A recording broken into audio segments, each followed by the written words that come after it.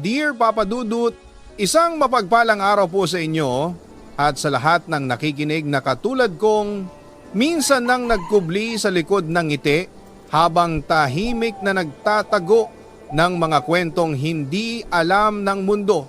Tawagin niyo na lamang po ako sa pangalang Lara, 32 taong gulang, Tubong, Santa Amalia, Pangasinan, ang bunso sa 6 na magkakapatid at kasalukuyang nagtatrabaho dito sa Dubai bilang service crew. Sa totoo lang, Papa Dudut, halos 1 buwan ko pong sinusulat-sulat, binubura, inuulit itong liham na ito.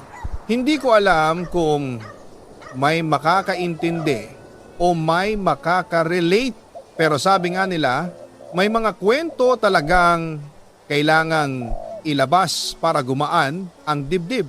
At ngayong nasa ibang bansa ako, malayo sa pamilya, malayo sa gulo, malayo sa mga nakasanayan ko, dito ko lang nagawa ang huminto at kilalanin kung sino talaga ako.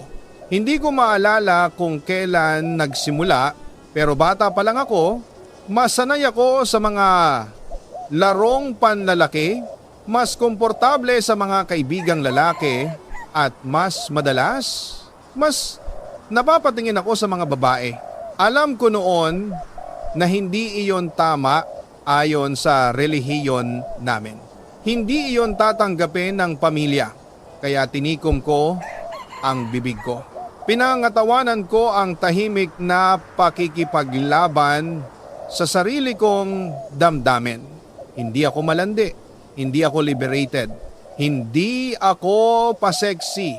Ako'y simpleng babae na, t-shirt, pantalon, sneakers, walang make-up, walang arte, pero may mundong hindi ko alam kung saan ko ilalagay ang sarili ko. Taong 2008 una kong trabaho. Doon ko nakilala ang babaeng parang naging salamin ng katahimikan ko. Malambing, mabait, hindi niya alam pero siya ang unang gumulo sa puso ko. Sabi ko sa sarili ko, wag, bawal, hindi dapat. Kaya nanahimik ako, naging kaibigan lang, walang aaminan, walang dapat masira. Hanggang isang araw, may boyfriend na siya hanggang nag-asawa. At heto ako, nakangiti sa labas, pero durog ang munting parte sa loob. Pero tiniis ko, tinanggap ko. Dahil wala akong karapatang magalit sa pag-ibig na hindi ko man lang ipinaglaban. Ayoko sa brusko, ayoko sa macho. Ayoko sa lalaking pangporma. Kapag nagkakagusto ako sa lalaki, madalas sa mga tipong malumanay, medyo silahis o yung hindi aggressive. Kaya minsan tinanong ko sarili ko, babae pa ba dapat ang minamahal ko? O lalaki? O pareho? Pero habang tumatanda ako, unti-unti kong natanggap na hindi ko kailangang mamili kung saan ako kabilang. Ang mahalaga ay marunong akong magmahal ng totoo. Hindi ako maporma. Hindi ako model type. Hindi ako malandi. Hindi ako makeup girl. Pero sabi ng mga kaibigan ko, may itsura raw ako, sayang daw kung hindi ako mag-ayos. Pero Papa Dudut, paano ka mag-aayos? Kung araw-araw mong nilalabanan, kung sino ka talaga, kung araw-araw mong tinatago, na mas kinikilig ka sa babae kesa lalaki, kung araw-araw mong iniisip na baka itakwil ka kapag nalaman ng pamilya mo ang totoo. Dear Papa Dudut, pagdating ko sa edad na 22 taon 2010, napadpad ako sa pangalawa kong trabaho, isang kilalang fast food chain sa Maynila. At doon, unang beses kong naranasan kung paano magpahalaga ang isang lalaki. Si Kiro, hindi ko makakalimutan, sweet, thoughtful, palaging nandyan, laging nauuna sa pintuan para hintayin ako, kumakain kaming sabay, sinusundo ako sa locker bago umuwi. At Papa Dudut, Sino ba naman ang hindi mahuhulog sa isang lalaking may ganitong mga kilos? Tinawag pa namin ang isa't isa ng Brad para kunwari barkadahan lang kahit pareho naming alam na may kung anong kuryente kapag nagkakatitigan kami. Pero dumating ang balitang parang sumuntok sa sikmura ko, may girlfriend na pala siya. At hindi lang basta girlfriend, matagal na pala. Seryoso na pala, kaya napahinto ako, napaurong. Napaisip na naman, ayan ka na naman Lara, bakit ba lagi kang napapahulog sa maling tao? Masakit, oo, pero salamat din. Kung hindi natapos ng maaga, baka ako pa ang nakasira ng relasyon ng iba. Harutan lang pala ang lahat. Ako lang ang nagseryoso. Taong 2011, nag-enroll ako sa kolehiyo. 2 taong kurso lang, praktikal, para makatrabaho agad. Doon ko nakilala si Allen, mabait, mahinhin kumilos. At sa totoo lang, mas lalaki pa siguro ako minsan sa galaw. Classmate ko siya sa loob ng 2 taon. Kasama ko siya sa grupo ng mga kaibigan na laging nagtutulungan sa projects, nagre-review sa library, at naghahati-hati sa baon. Hindi siya aggressive, hindi siya showy, hindi siya malandi, pero consistent.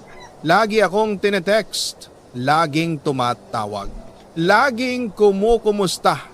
At sa totoo lang, sa lahat ng lalaki noon, siya ang pinaka-praktikal, pinaka-maamo, pinaka-maasahan. Pero wala kaming label. Ayoko kasing mag-commit dahil pakiramdam ko, hindi ako sapat bilang babae. Hindi ako tulad ng iba. Hindi ako gaya ng hinihingi ng lipunan. Hanggang isang araw, nalaman kong marunong pala siyang maggitara. At nung tinuruan niya ako, doon unti-unting lumambot ang puso kong matagal nang tigas pusong nagtatago ng takot.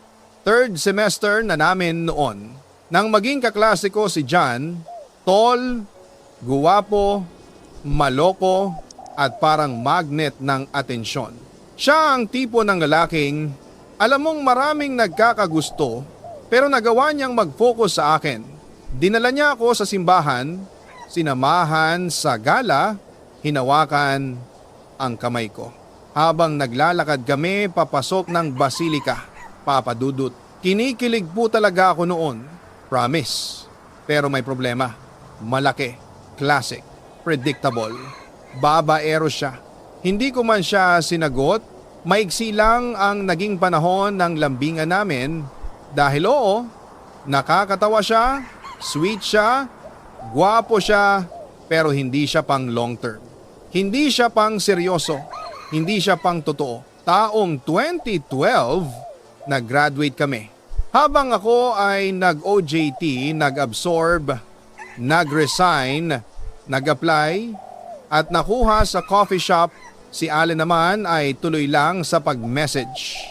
Pero habang nag-e-enjoy ako sa bagong mundo, new friends, new routines, hindi ko na malayang unti-unti siyang hindi na nagpaparamdam. Siguro napagod na rin siya. Siguro nasawa na rin sa kakahintay ng sagot na hindi ko maibigay-bigay. At doon ko lang na-realize may mga taong mahalaga sa atin pero hindi natin nabibigyan ng pansin hanggang hindi na sila nandyan. Pero ganun talaga ang buhay, Papa Dudut. Minsan, kailangan nating mawalan para maintindihan kung ano ang tunay na mahalaga. Dear Papa Dudut, matapos ang serye ng mga lalaking dumaan, nanatili sandali pero hindi man lang tumagal sa puso ko, dumating ang 2 babaeng lubos na nagpatibok at nagpagulo ng katahimikan kong pilit kong binabantayan. Sila si Angel at si Fe. 2 babae, magkaiba pero parehong nag-iwan ng sugat at aral na dala ko hanggang ngayon. Sa coffee shop na pinapasukan ko noon, doon ko siya unang nakita. Si Angel, maganda, sweet, approachable at may kung anong aura na parang humahatak sa akin kahit hindi ko gusto, hindi ko alam kung ano ang meron sa kanya. Pero sa tuwing ngingitian niya ako, parang lumiliwanag ang buong shift ko. Madalas niya akong hintayin pag aalis na at kapag pauwi kami, hawak niya ang kamay ko sa gilid ng logbook area na parang wala lang pero sa puso ko may kung anong kumikirot at gumigising. Kapag break time, siya ang unang nagyayaya. Kapag may lakad ang grupo, lagi siyang nakadikit sa akin. Minsan pa nga, pagkatapos ng duty, hahalik pa siya sa pisngi ko bago umuwi. Papadudot, hindi ako manhid. Hindi rin ako santo. Alam kong may something. Alam kong may tensyon. Alam kong may kakaiba. Pero isang araw, nalaman kong may girlfriend pala siyang tomboy. Matagal na, stable na. At heto ako, isang taong nagpapakatatag na hindi dapat umasa sa taong hindi naman para sa akin. Doon ako unang sobrang nasaktan sa kapwa babae. Akala ko light crush lang, akala ko harmless. Pero nung nalaman kong hindi ako pwede, parang may gumuhong parte sa puso ko. Pagkalipas ng ilang buwan, dumating si Fe, bagong empleyado, maganda, may dating, at halatang may kaya sa buhay. Medyo boyish siya kumilos, pero hindi brusko, parang strong independent woman na may sariling mundo at papadudot doon ako mas nahulog. Hindi lang basta kilig, hindi lang basta attraction, kundi yung pakiramdam na gusto kong alagaan ang taong ito. Ako ang gumawa ng paraan para mapalapit. Ako ang nagbukas ng pinto. Ako ang lumapit. Ako ang nag-effort. Ako ang nagbigay ng sarili ko ng buo. At hindi ko alam kung mali ba ako o tama. Pero sa bawat araw na lumilipas, kasama siya, mas lalo akong nahulog. Kasama namin si Jose, isang lalaking coworker namin na may gusto rin kay Fe. At dahil pareho kaming tagahanga niya, naging barkada kaming tatlo. Pero kahit tumatawa ang lahat, ako yung nananatiling nagtatago. Ako yung humihiling. Ako yung takot umamin pero takot din mawala. At si Fe, alam kong may kinikimkim din siya. Hindi niya sinasabi pero sa paraan niya ako tingnan, sa paraan niya ako yakagin sa mga gala, sa paghihintay niya sa akin hanggang madaling araw. Ramdam ko. Kahit hindi naming pag-usapan, ramdam ko. May mga pagkakataong nag-a-absent kami pareho sa trabaho, magbabagyo trip, 3 araw sa isang kwarto, 3 pusong naliligaw sa isa't isa. Pero kahit masaya, hindi ko maitago ang sakit. Kapag nakikita kong mas malakas ang chemistry nila ni Jose, alam kong pinipigilan niya. Alam kong ayaw niyang umagaw. Alam kong may respeto siya, pero papadudot, paano pipigilan ang puso? Kaya kahit masakit, tinanggap ko na lang na baka hindi talaga kami at baka ako lang ang nagpipilit ng posibilidad na wala naman talaga. Pero mali pala ang timing. Maraming buwan ang lumipas, maraming lumuwag, maraming nagtama, maraming nagkahulugan. At nang tuluyan naming sinubukan, naging masaya kami, punong-puno ng bago, punong-puno ng lambing, punong-puno ng pangarap. Pero habang tumatagal, lumalabas ang ugat ng problema. Si Faye ay maluho, ako'y walang-wala. Utang dito, utang doon, gastos dito, gastos doon. Ako ang sumasalo. Ako ang nag-a-adjust. Ako ang nagtitipid. Ako ang hindi kumakain. Ako ang nagbubuhat. At oo, mahal ko siya. Pero mahal ko rin ang sarili ko. At kinain ako ng takot na baka Sa sobrang pagmamahal ko, maubos ko ang sarili ko at doon nagsimula ang pagbitak ng lahat. Dear Papa Dudut, kung minsan hindi natin namamalayan na unti-unti na pala tayong nauubos habang desperado tayong punuin ang taong hindi naman marunong pahalagahan ang alay nating pag-ibig. Ganito ang nangyari sa amin ni Fe. Sa paglipas ng mga buwan, unti-unting lumilitaw ang mga bagay na hindi ko napansin noon. Ang hilig niyang bumili ng mga mamahalin at hindi kailangan ang pagiging kampante niya na ako ang laging sasalo sa bayarin ang kakulangan niya sa pag-aalala kung kaya ko pa ba. Papa Dudut, ilang beses akong pumasok sa duty na hindi man lang kumakain para lang may panggastos kami. Ilang beses akong nagbigay kahit wala ako. Ilang beses kong nilunok ang sarili ko para lang wag siyang masaktan. Pero habang siya ay bumibili ng gamit na lampas sa sahod namin, ako naman ay nagtatapal ng pondong hindi ko naman hawak. Hindi ko siya sinisi, minahal ko siya buong buo. Pero habang lumilipas ang panahon, mas lalo kong nararamdaman na ako lang ang nagdadala ng relasyon at bilang tao, napapagod din. Hindi man sabay-sabay pero dahan-dahan, unti-unting inuukit ng sakit ang puso ko. Maraming beses kaming nagbangayan dahil sa gastos sa paraan ng pag-manage niya ng pera sa mga kinalakihang ugali na parang hindi ko kayang baguhin, naging cycle na lang, ako ang nagtatampo. Siya ang umiiyak, ako ang mag-adjust, siya ang pababalikin ko, ako ang magtitiis. Hanggang sa napansin kong hindi na ako masaya. Hindi dahil hindi ko siya mahal, kundi dahil hindi ko na mahal.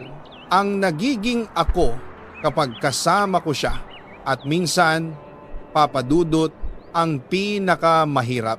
Hindi yung iiwan ka, kundi yung realizing na kailangan mo siyang bitawan kahit mahal mo pa. Isang araw, habang magkatabi kaming kumakain, ramdam kong may mabigat sa hangin. Tahimik siya. Tahimik ako. At doon niya sinabi na gusto ko munang ayusin ang sarili ko. At Papa Dudut, iyon na ang simula ng pagtatapos namin. Hindi ko alam kung paano huminga nung mga oras na iyon. Parang may pumutok sa loob ko. Pero wala akong karapatang magreklamo dahil matagal ko na ring alam na may mali na. Naghiwalay kami ng walang sigawan, walang malaking eksena, walang sumbatan, puro luha lang at kapwa naming pagpapanggap na okay lang. Pero pag uwi ko sa boarding house, bumigay ako. Umiyak ako ng matagal, ng paulit-ulit nang hanggang sa wala ng luha na may mailabas. 3 taon namin pinagsamahan pero parang isang iglap lang nang tuluyang nawala. Mas lalo akong nalugmok pagkatapos ng hiwalayan. Kahit busy ako sa trabaho, kulang pa rin ang bawat oras para matakasan ang mga ala-ala namin at doon ako nagdesisyon, kailangan kong lumayo. Nag-resign ako mula sa aking stable job. Job na minahal ko, trabahong nagbigay sa akin ng pamilya, mga kaibigan, mga alaala. Pero kailangan kong piliin ang sarili ko. Kailangan kong huminga. Kailangan kong magsimula ulit.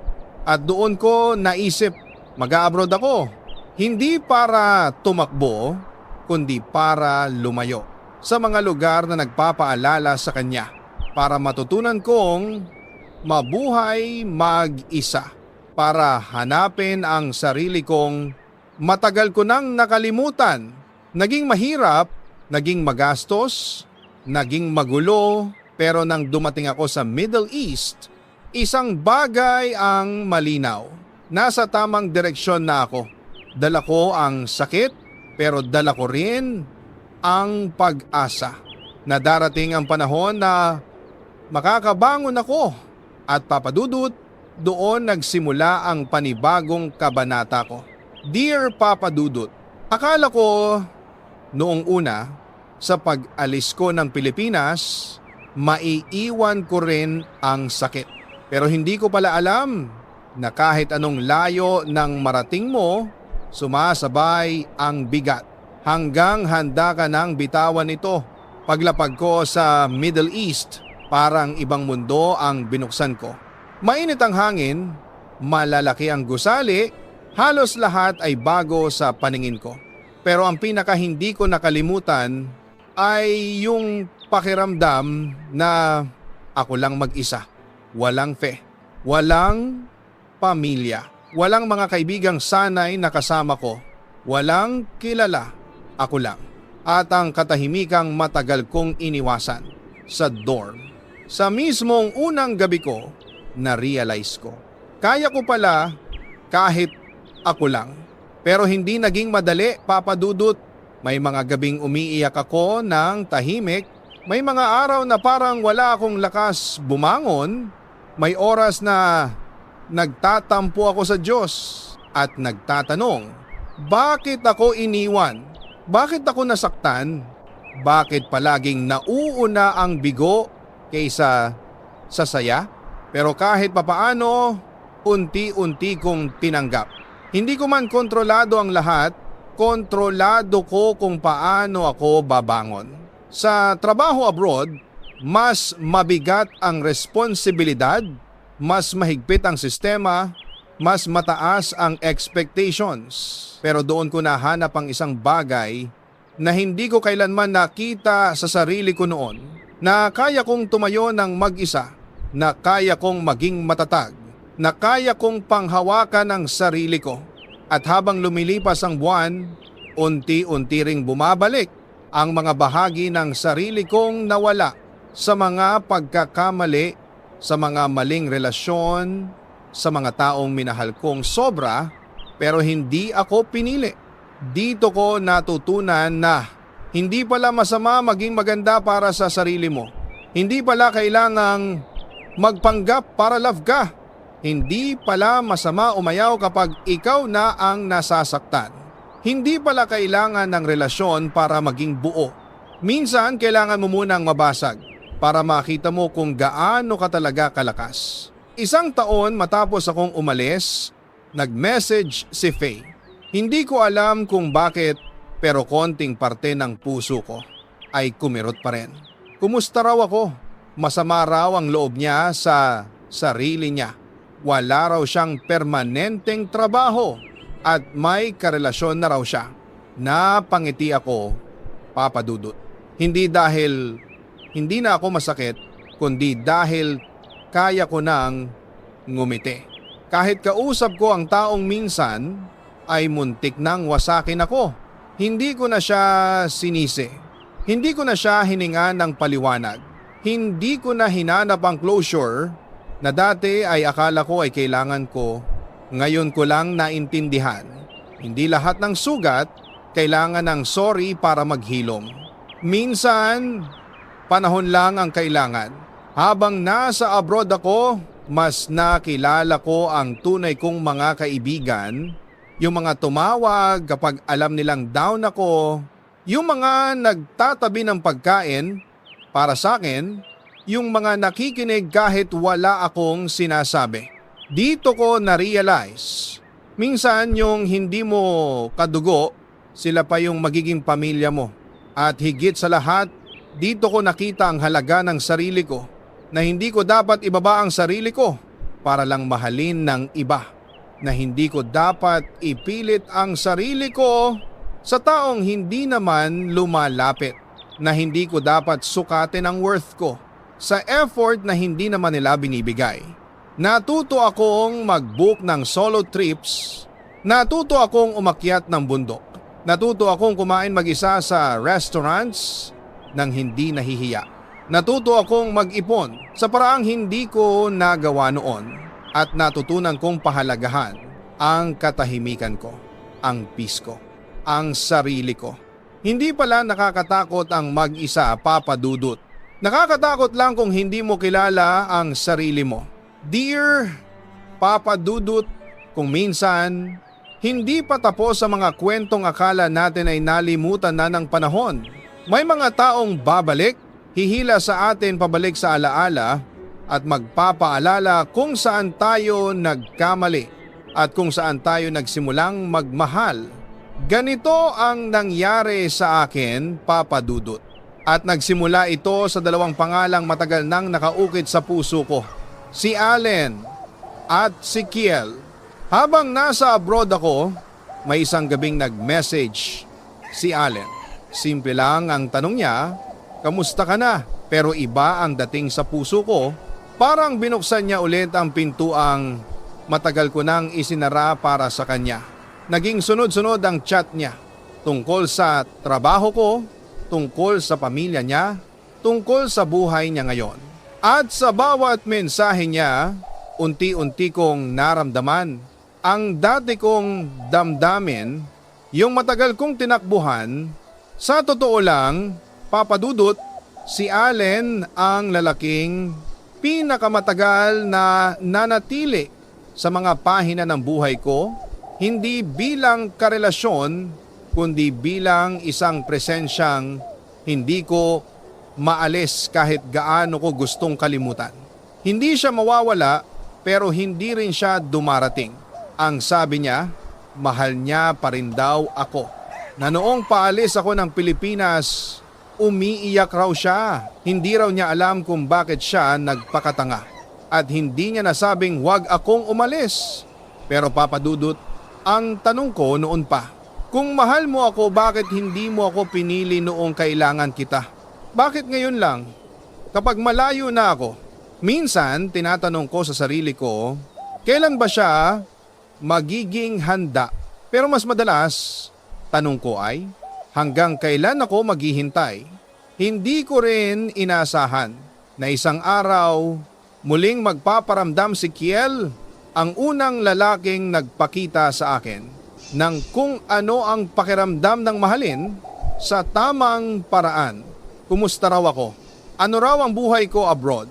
At Papa Dudut, inamin niya sa akin na hindi natuloy ang kasal niya. Iniwan daw siya. Nasaktan siya. Nag-ibang bansa para takasan ang sakit. Sabi niya, kung sakaling tayo ang nagkatuluyan noon, baka mas masaya ang kwento ko. Napangiti ako. Hindi dahil sa sinabi niya, kundi dahil sa irony ng buhay. Kung kailan pareho kayong hindi na pwede, saka kayo pareho nagiging tapat. Nag-offer siya ng commitment, pero ang puso ko, Papa Dudut, pagod. At hindi ko alam kung kaya ko ulit magpakatanga para sa taong hindi ko rin sigurado kung mananatili. Sa totoo lang, Papa Dudut, ako man ay nalilito. Si Allen, ang lalaking halos buong buhay ko ay nandyan, pero laging may kulang. Si Kiel, ang lalaking kaya akong pasayahin, pero laging huli ang timing. Sa mga sandaling iyon, tanong ko sa sarili ko, sino ba ang pipiliin ko? At pipiliin ba nila ako sa tamang oras? Pero habang iniisip ko yon, may isa pang tanong na mas importante. Kailangan ba talaga may piliin ako ngayon? Kasi Papa Dudut, sa dami ng pagkakamaling pinagdaanan ko, sa dami ng pusong binuksan ko, sa dami ng sakit na tinanggap ko, baka oras naman na sarili ko ang piliin ko muna. Kapag malayo ka pala, mas malinaw mong nakikita yung mga tao. At doon ko na-realize, si Allen mahal ko pero hindi niya kaya panindigan. Si Kiel nakakapangiti pero hindi nakakasiguro. Ako pagod na masaktan pero handang magmahal ulit sa tamang paraan.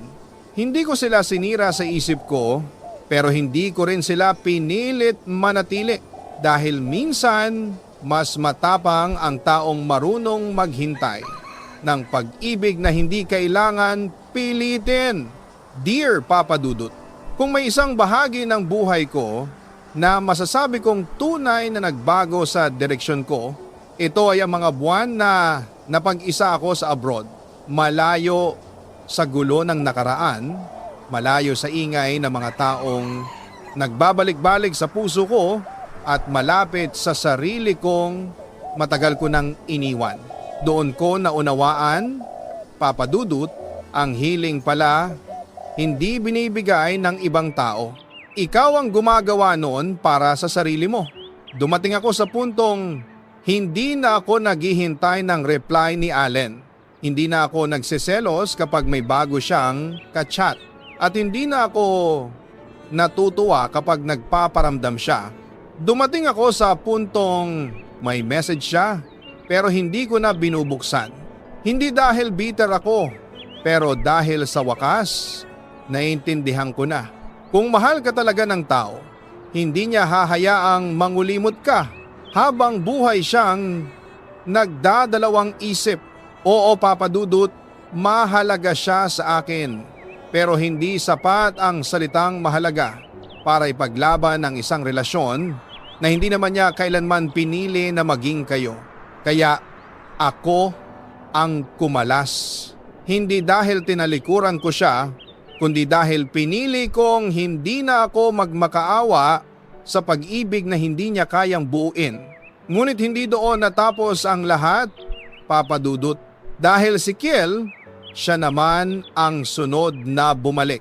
May mga salita siyang dala na kay tagal ko nang gustong marinig na may pagsisisi siya, may panghihinayang, may sana ako na lang ulit. Pero habang kausap ko siya, ramdam kong hindi na ako yung dating Cassandra na madaling bumigay sa matatamis na salita. Naramdaman ko ang bigat sa puso niya.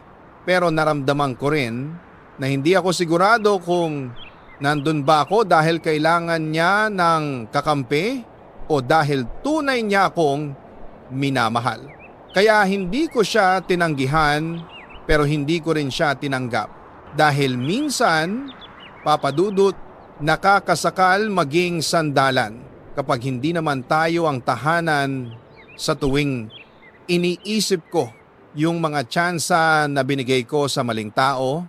Naiisip ko rin, wala pa pala akong binigay na kahit isang pagkakataon para mahalin ang sarili ko. Ang alam ko lang noon kung sino ang lumalapit, yon ang dapat kong tulungan, yon ang dapat kong pagbigyan, yon ang dapat kong pagsuportahan. Pero ngayong nasa ibang bansa ako, malayo sa lahat, may araw na bigla kong na-realize kaya ko palang mabuhay ng masaya. Nang wala kahit sino. Oo, Papa Dudut, may lungkot. May gabi na umiiyak ako. May umaga na parang kulang ang buhay. Pero sa dulo, may kapayapaan at iyon ang bagay na hindi ko naranasan sa kahit isang lalaki sa nakaraan ko. Ang bagong ako, Papa Dudut, hindi na naghihintay. Hindi na lumalaban sa laban na mag-isa lang siya. Hindi na nagpapakain sa mga pangako. Hindi na sumusugal sa walang malinaw na kasiguraduhan. Ang bagong ako, marunong nang tumanggi. Marunong nang magpaalam. Marunong nang magsabi ng tama na. Marunong nang maglakad palayo. Kahit mahal ko pa. At higit sa lahat, marunong nang pumili ng katahimikan kaysa sakit. Habang papalapit ang pag-uwi ko, napapaisip ako, makikipagkita ba ako kay Allen? Haharapin ko ba ulit si Kiel? Bubuksan ko ba ang pinto ng puso ko muli? Pero sa totoo lang, hindi ko alam. Hindi ko sinasagot ang sarili kong tanong. Ang malinaw lang sa akin ngayon, kung may babalik, dapat malinaw ang intensyon. Kung may mananatili, dapat handa siya. At kung may pipiliin, dapat hindi na ako yung laging talo sa huli. Dear Papa Dudut, maraming taon ang lumipas bago ko tuluyang nakilala ang pinakamahalagang tao sa buong buhay ang sarili ko. Sa dami ng pinagdaanan ko, mga relasyong hindi natuloy, mga pangakong hindi tinupad, mga sikreto, sakit, pag-iyak, pagkawala ng tiwala, pagkabuo, pagkawasak, pagbalik, at pag-alis, ngayon ko lang nakita kung gaano ako kalakas. At ngayong nasa huling bahagi na ako ng liham na ito, gusto kong ibahagi ang pinakamahalagang natutunan ko. Hindi lahat ng ending ay tungkol sa pag-ibig sa ibang tao. May mga ending na tungkol sa pag-ibig sa sarili. Malapit na akong umuwi, Papa Dudut. At dati, ang iniisip ko ay kanino ako babalik? Sinong papipiliin ko? Sino ang pipili sa akin? Pero ngayon, iba na ang tanong ko. Anong buhay ang gusto ko para sa sarili ko? Saan ako magiging payapa? Sino ang karapat-dapat sa akin? Hindi dahil kailangan ko sila, kundi dahil pinipili nila ako sa tamang oras? Hindi ko alam kung makikipagkita ako kay Allen. Hindi ko alam kung dapat ko pang kausapin si Kiel. Hindi ko alam kung dapat ko pang buksan ang pinto sa nakaraan. Pero malinaw sa akin, kung babalik man sila sa buhay ko, dapat malinaw, buo at handa na sila, hindi paminsan-minsan lang, hindi tuwing malungkot sila, hindi tuwing kailangan nila ng kasama, hindi ako babalik sa pagiging second option sa sarili kong kwento. Napakarami kong pagkakamali noon, Papa Dudut, paulit-ulit kong ibinibigay ang puso ko sa mga taong hindi handang panghawakan ito. Ilang beses akong umiyak sa mga gabing hindi nakikinig ang langit, sa mga dasal kong sana siya na ang para sa akin. Pero ngayong mas malawak na ang pananaw ko, nauunawaan ko na minsan kaya hindi tayo binibigay sa taong mahal natin ay dahil hindi sila ang magpapabuti sa atin. At sa paglipas ng panahon, unti-unti kong natutunang hindi lahat ng gusto mo ay mabuti para sa iyo.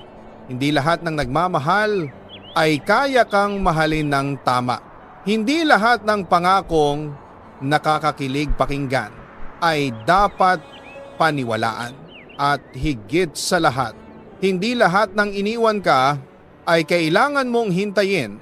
Ngayong papauwi ako sa Pilipinas, may baon akong bagong tapang. Tapang na hindi ko nakita noon pero nabuo sa lahat ng sugat ko. Hindi ko alam kung magkakaroon pa ng kami ni Allen. Hindi ko alam kung may chance pa si Kiel. Pero alam ko na kapag nagmahal ulit ako, hindi na ako yung Cassandra na takot masaktan.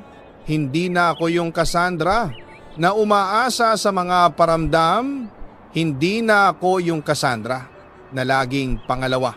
Kung may darating man, nais ko yung taong pipiliin ako ng buo, hindi yung kasama lang kapag masaya, hindi yung nagtatago kapag nahihirapan, hindi yung lumalapit lang kapag mag-isa.